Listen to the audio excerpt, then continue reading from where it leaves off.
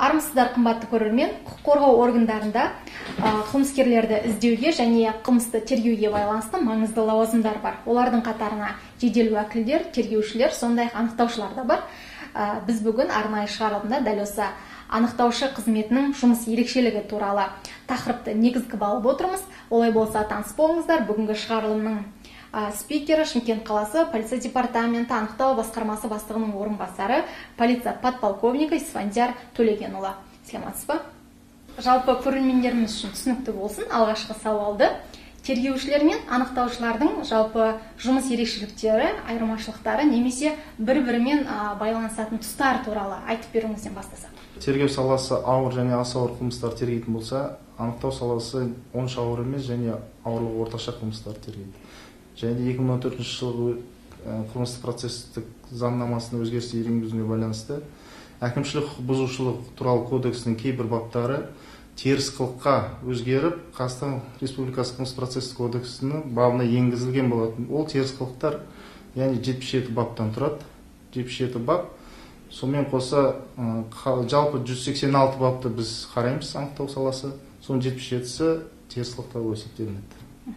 Осы орайда екінші сауал, жалпы анықтаушылардың жұмыс процесіне шолу болса, сіздер анықтау жұмыстарын жүргізесіздер, анықтау актісі толтырылады, осы сияқты бір сатыларын көрермендер үшін түсінікті болсын, айтып өтсеңіз. Қазақстан Республикасы қылмыстық процесстік кодексінің 189-на байланысты бабына жаңағы сотқа дейінгі тексеру нысандарына бөлінеді. Яғни бұл анықтау жұмысын жүргізу, алдын ала тергеу және хаттамалық нысанда, яғни протокольная формада есептелінеді. Енді біздің анықтау құрылымдарымен анықтау жұмысын жүргізу ол бір ай көлемінде жүзеге асырылады. Бір ай көлемінде арызданушының арызы түскен сәтінен бастап, жаңа қылмыс оқиғасын қарау жүргізу, қажетті сараптамаларды тағайындау, тиісті құжаттарды алу, оны іске тіркеу, айғақ зат ретінде іске тіркеп, күдікті тұлғаның сол қылмысқа қатыстылығын анықтап, біздің дәлелдеу. Егер қылмысқа қатыстылығы дәлелденетін болса, ол азаматты айыптау актісімен, яғни Қазақстан Республикасы процесстік кодексінің 300 бабына сәйкес прокуратураға жолдаймыз. Бір ай көлемінде. Ал егер қылмысы дәлелденбеген жағдайда, қылмыс құрамының болмауына байланысты Қазақстан Республикасы процесстік кодекс 35 бабының талаптарына сәйкес тоқтамға аламыз, яғни қысқартамыз істі. Ал егер жәбірленушінің материалдық залалды өндіретін болса толығымен, онда біз оған жаңағы қылмыстық процесстік кодексінің 35 бабының талаптарына сәйкес татуласуына байланысты тоқтамға аламыз. Енді кейінгі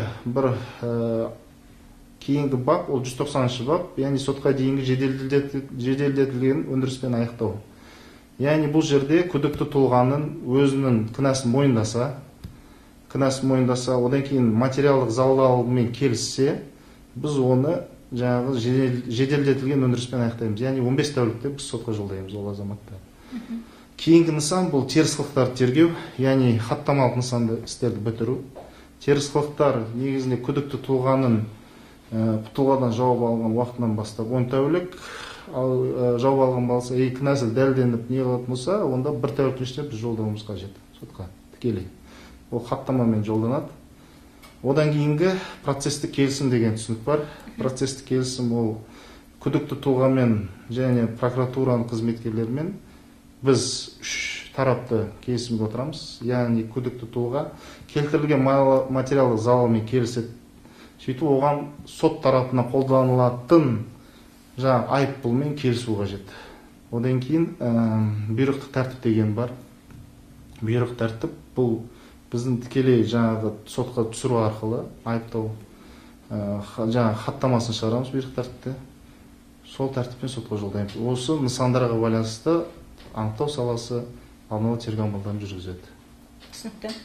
Жалпы осы анықтауда ашу қиын қылмыс түрлері қандай және жиі кездесетін қылмыс түрлерін атап өтсеңіз. Қазір анықтау саласының қызметкерлеріне өте үлкен жүктеме берілген. Ол жүктеме күнделікті келіп түскен арыз шағымдарға, қылмыс оқиғасына баруы, жаңа айтып кеткенде онша ауыр емес және орташа ауырлықтағы қылмыстар. Көбінесе қазір кездесетін алаяқтық қылмыстары, яғни бір жеке тұлға мен екінші жеке тұлғалар арасындағы өзара жаңағы мысалы алаяқтық жүргізу, мысалы пәтер алып беремін деп сумма алады, мысалы қазір көп кездесетін.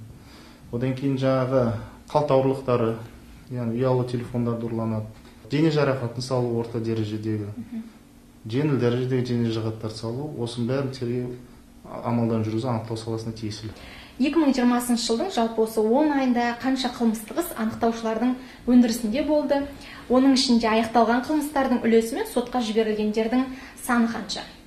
Жалпы 10 ай көлемінде анықтау саласы 9767 қылмыстық іс болған өндірісте, оның 4759 өндірістен аяқталған, 1381 қылмыстық іс сотқа жолданса, бұл республикалық көрсеткіште 3-ші орынға біз иеміз.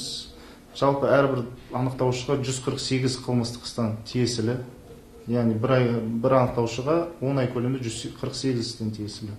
Ол республика көлемінде өте жоғары көрсеткіш деп ойлаймын. Біздің штаттық санымыз 66 қызметкерден тұрады Шымкент қаласында.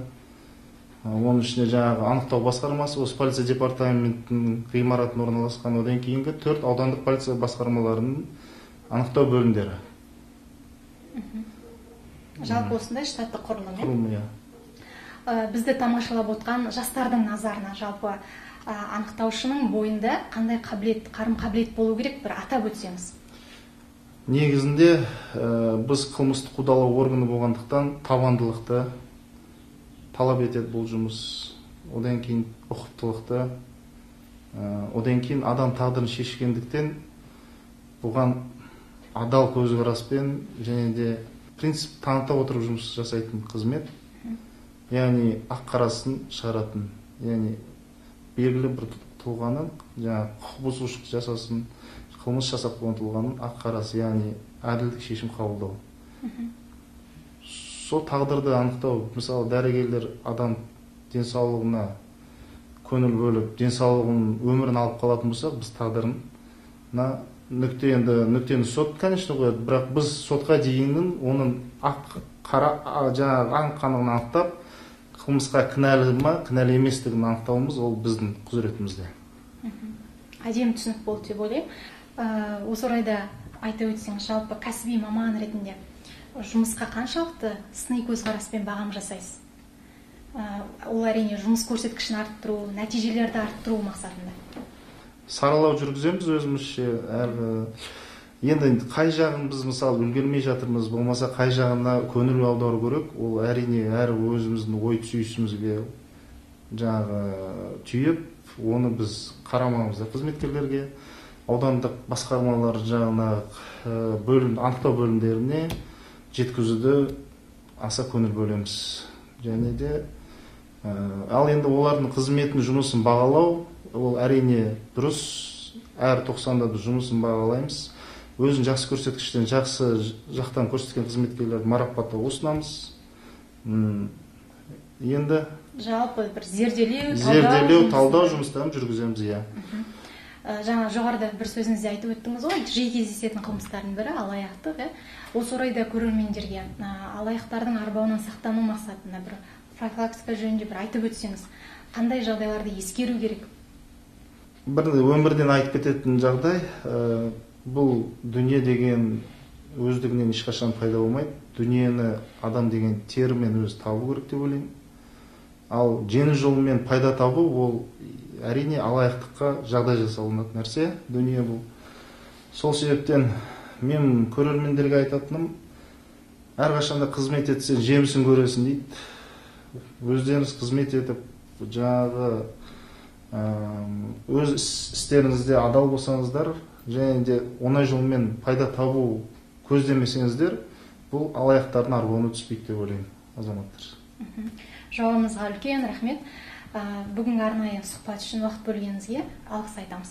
Қымбатты көрермендер, келесі шығарылымда қайта қауышқанша аман сау болыңыздар.